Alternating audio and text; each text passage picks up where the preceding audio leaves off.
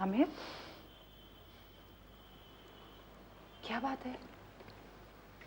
तुम रो क्यों रहे हो? हाँ, मुझे बताओगे नहीं?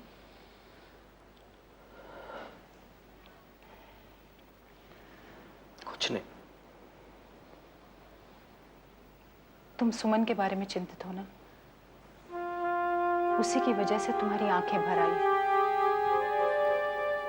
लेकिन अगर तुम अपनी हिम्मत हार जाओगे तो कैसे चलेगा? उसे तुम्हारी जरूरत है, तुम्हारे सपोर्ट की जरूरत है। तुम्हें स्ट्रांग बनना पड़ेगा, वरना वो तो टूट जाएगी। तुम समझ रहे हो मैं क्या कह रही हूं ना? इस हालत में तुम्हें उसे सपोर्ट करना ही पड़ेगा। ये तुम्हारा फर्ज है और रोकर तुम अपना फर्ज नहीं भूल सकते।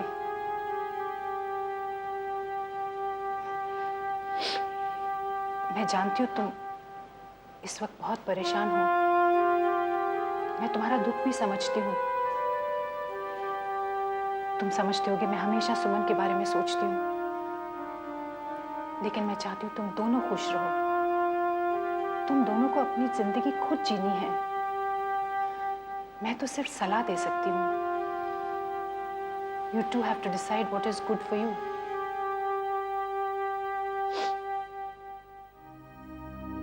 आपने सच कहा मम्मी, लेकिन आपने जो जो कहा हर आदमी के लिए वैसा करना संभव नहीं होता। अपने रिश्तेदार होते हैं जिनसे आपका संबंध होता है, उनकी पसंद नापसंद को भी देखना पड़ता है। अगर तुम्हारा इशारा मेरी तरफ है कि तुम्हारा कोई फैसला मुझे पसंद नहीं आएगा, तो तुम गलत सोच रहे हो। तुम दोनों की खुशी में ही मेरी खुशी है। Thank you mummy. Thanks for what? आपने अभी जो कुछ कहा उसके कारण मैं एक निर्णय ले पाया हूं। देखो बेटा, जो भी फैसला करो ये कभी मत भूलना कि सुमन अभी पूरी तरह ठीक नहीं हुई। उसे तुम्हारी जरूरत है। ये मैं कैसे भूल सकता हूं मम्मी? तुम किस फैसले की बात कर रहे हो? उसके ट्रीटमेंट के बारे में? हमें सुमन की ट्रीटमेंट तो करनी ही है, पर मैंने ये निर्णय लिया है कि अब हम यहाँ पर नहीं रहेंगे। क्यों? अपने घर चले जाएंगे। क्या? मगर क्यों? मम्मी, आप ही ने कहा ना कि मेरा सुमन के प्रति कुछ कर्तव्य है, तो मेरा माँ बाबूजी के प्रति भी कुछ कर्तव्य है, सेतु मीता के प्रति भी कुछ कर्तव्य है। सारा परिवार है मेरा, मुझे वो कर्तव्य भी निभाना है। और सुमन, उसके प्रति तुम्हारा कोई कर्तव्य नहीं? है मम्मी, 100% है।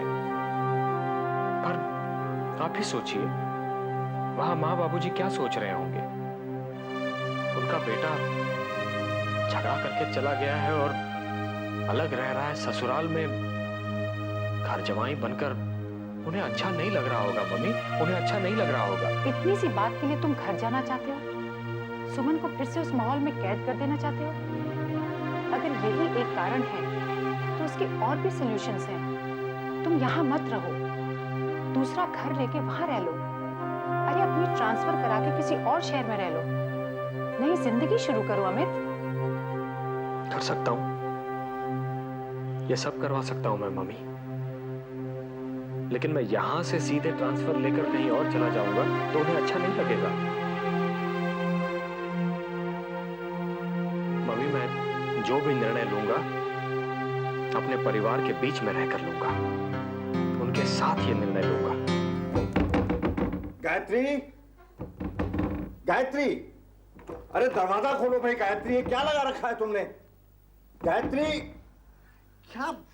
माँ, माँ प्लीज दरवाजा खोलिए। हमें से कोई आपको कुछ नहीं कहेगा। प्लीज बाहर तो निकलिए ना माँ, प्लीज। आप जैसा चाहेंगी वैसे ही होगा। माँ, माँ प्लीज हमारे बारे में भी तो सोचिए। उस भोले के हाथ का खाना खा खा कर हम लोग इतने पतले हो गए कि अगर ऐसा ही हाल रहा तो हम सब इनविजिबल हो जाएंगे। प्लीज माँ खोलिए ना। भैया ये कोई मजाक का वक्त है। तो और क्या करूं मैं, सारे तरीके तो आजमा चुका हूँ, अब ये मजाकिया तरीका तो बचा है। अरे भाई अगर तुम्हारी माँ अब बाहर नहीं निकली तो जिंदगी भर बाहर नहीं निकलेगी वो। बाबूजी आप तो रिलैक्स रहिए ना। माँ, एक मिनट में देखती देख बेटा। माँ ना, कम ऑन माँ, इनफ इज इनफ यार। गायत्री ये क्या पागलपन है भाई, बाहर आओ।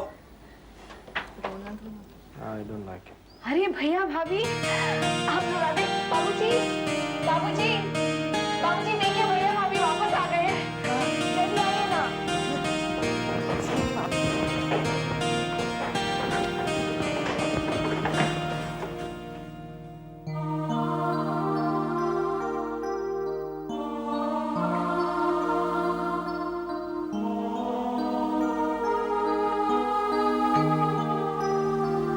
आई एम सॉरी बाबूजी।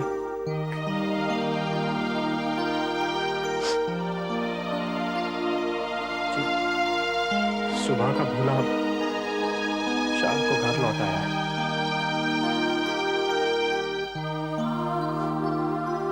सॉरी बाबूजी।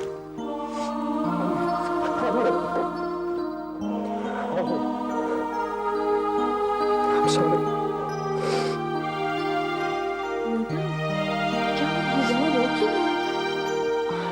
ऐसे क्यों बोला कि सुबह को बोला शाम को घर आया? क्या अभी आपको कुछ भी मालूम नहीं?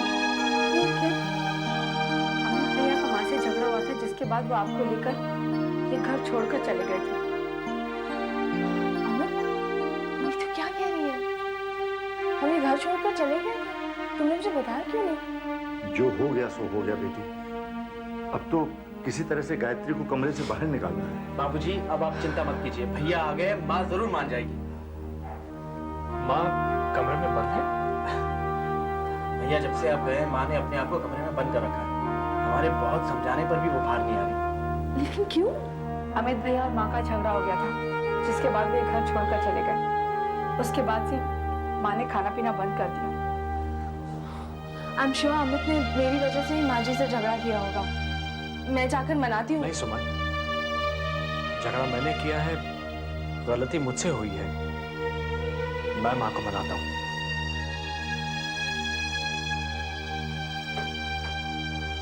बाबूजी, प्लीज मुझे माफ कर दीजिए।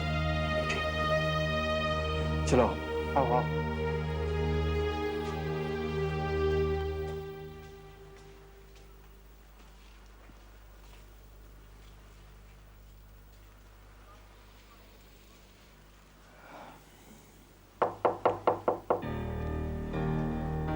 माँ, माँ मैं अमित। माँ दरवाजा खोलो माँ।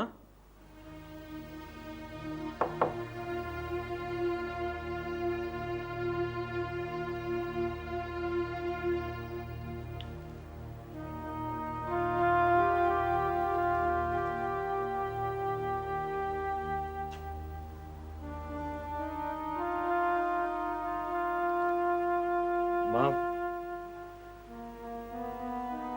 आई एम सॉरी माँ। आप मुझे माफ कर दो।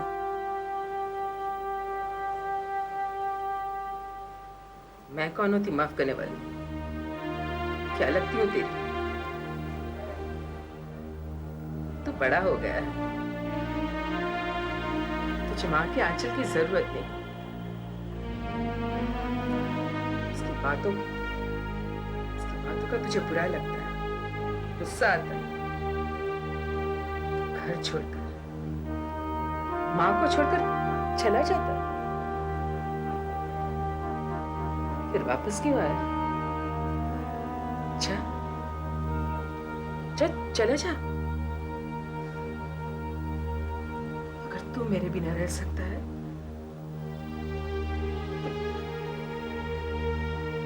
मैं भी तेरे बिना रह लूंगी।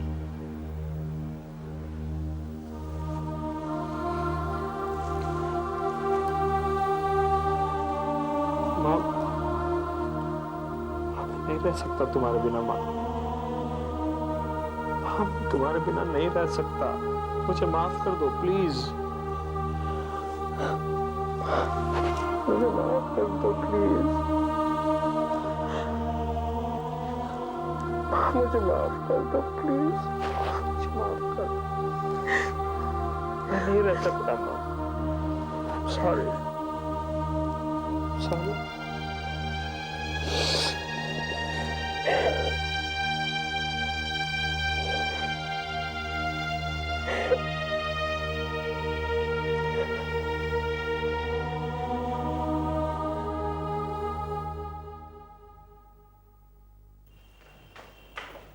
अरे डॉक्टर गोयल आप? अंजलि कैसी हो तुम? ठीक हूँ, आप बताइए आप कैसे हैं? बस मैं भी ठीक हूँ। सिर्फ ठीक? क्यों, ऐसे क्यों कह रही हो? नहीं, मुझे तो लगता था कि जो लोग हालात के साथ समझौता कर सकते हैं वो तो सिर्फ अच्छे या बहुत अच्छे ही रहते होंगे, सिर्फ ठीक नहीं। Anjali, I am sorry doctor Goyal, I didn't mean to taunt you. लेकिन कभी कभी लोगों की हालात के साथ समझौता करने की काबिलियत पर मुझे हैरानी भी होती है और ईर्ष्या भी। कितने सुखी रहते होंगे वो लोग। ये लोग दिखने में सुखी दिखते हैं, मगर क्या? आप रुक क्यों गए? मगर ये हमेशा सच नहीं होता अंजलि। हर इंसान सच और गलत का फैसला कर सकता है, लेकिन कुछ लोग उनमें से तुम्हारी तरह खुलकर कह सकते हैं कि ये सही है और ये गलत है, और कुछ लोग ऐसे नहीं बोल सकते। सिर्फ यही फ़र्क है। डॉक्टर गोयल, मतलब आप भी मानती हैं कि मैं सच थी, सुमन के केस में जल्दबाजी की गई थी। मैं सही और गलत का फैसला नहीं कर रही अंजलि, लेकिन इतना ज़रूर कहूँगी कि डॉक्टर गर्ग ने उस समय जो निर्णय लिया था वो सुमन की जान बचाने के लिए ही लिया था। लेकिन सुमन की आजकल जो हालत है उसे देखते हुए कुछ हद तक मैं अपने आप को जिम्मेदार समझती हूँ। क्या हुआ है सुमन को? तुम्हें नहीं मालूम? नहीं। उसने जहर खाकर आत्महत्या करने की कोशिश की थी। क्या? हाँ, ये तो उसे टाइम पर हॉस्पिटल ले जाया गया, वरना वो बच गई। और उसके बाद जो उसे दौरे पड़ रहे हैं वो किस प्रकार के दौरे? Hysterical attacks. वो जब भी किसी बच्चे को देखती है उसे दौरा पड़ जाता है। डॉक्टर गोयल, सुमन के साथ ये सब कुछ हो गया, मुझे पता तक नहीं, किसी ने मुझे बताया ही नहीं। अंजलि, तुम तो हॉस्पिटल में उसकी अच्छी दोस्त बन गई थी ना, तुम जाकर उससे मिलो और उसे समझाओ। हो सकता है तुम्हारी बात सुनकर वो जिंदगी से सामना करना सीख जाए। हाँ डॉक्टर गोयल, मैं उसे ज़रूर समझाने की कोशिश करूँगी, बल्कि मैं कल ही जाकर उसे मिलूंगी।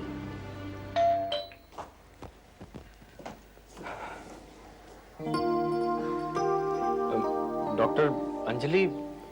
नमस्ते अमित जी, मैं सुमन से मिलना चाहती थी, क्या मैं उसे मिल सकती हूँ? हाँ हाँ, आइए ना, आइए प्लीज। डॉक्टर, मैं उस दिन हॉस्पिटल में आपको कुछ बहुत ही ज्यादा भला बुरा कह गया। कोई बात नहीं अमित जी, अगर मैं आपकी जगह होती तो उससे भी ज्यादा कह जाती। I'm sorry. No problem, really. आइए जी। आइए आइए। सुमन, सुमन देखो तो कौन आया है, देखो। कौन है ये? मुझसे मिलना चाहती है? मैंने नहीं पहचानती। सुमन, ये डॉक्टर अंजलि है, तुम्हारी सहेली। मेरी सहेली? हाँ, डॉक्टर अंजलि। मेरी कौन सी सहेली? मैं इसे नहीं पहचानती।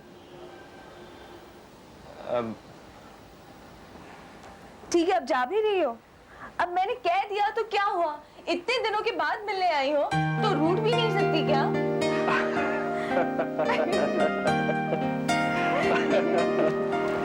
अच्छा, आप दोनों अब रूठने मनाने का प्रोग्राम करती रहिए, मैं जाता हूँ। अब तो आप चाय लेंगे? चाय भी और बहुत सारा नाश्ता भी करूंगी। At your service, ma'am. Boy, जल्दी हाँ। Yes, ma'am.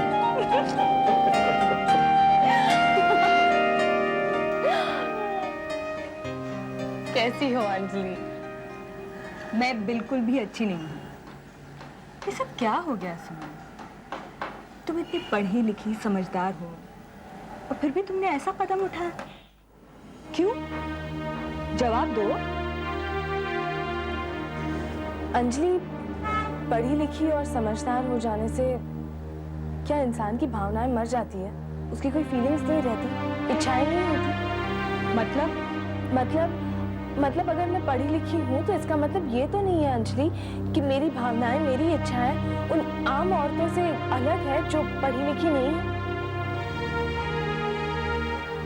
पता है अंजलि, मैं माँ बनना चाहती थी और जब मुझे पता चला कि मैं माँ नहीं बन सकती तो मुझे ऐसा लगा कि मेरे अंदर कहीं कुछ खत्म हो गया है, टूट गया है। जैसे मैं अधूरी रह गई। लगता है जैसे मेरे जीने का, मेरी जिंदगी का कोई मतलब नहीं है। ये तुम कैसे कह सकते हो सुमन कि तुम्हारे जीवन का कोई मतलब ही नहीं है? माना कि माँ बनने का सौभाग्य तुमसे छीन लिया गया, लेकिन भगवान की दी हुई जिंदगी को खत्म करने का तुम्हें कोई अधिकार नहीं है। हाँ अंजलि, भगवान की दी हुई जिंदगी को खत्म करने का मुझे कोई अधिकार नहीं है, लेकिन मैंने एक नन्हे से जीव को खत्म किया है, अबॉर्शन करवा के। शायद उसी गलती की सजा भगवान दे रहे हैं मुझे। ये तुम क्या कह रही हो सुमन?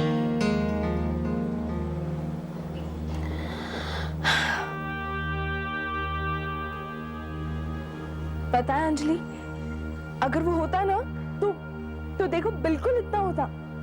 अरे ये देखो, सड़क पे बॉल खेल रहा है, ये मानता ही नहीं है मेरी बात। अब वहां से गाड़ी आ जाए तो चोट कितनी लग सकती है। बच्चे देखते नहीं है, यहाँ पर स्पीड ब्रेकर नहीं बनवाया हुआ।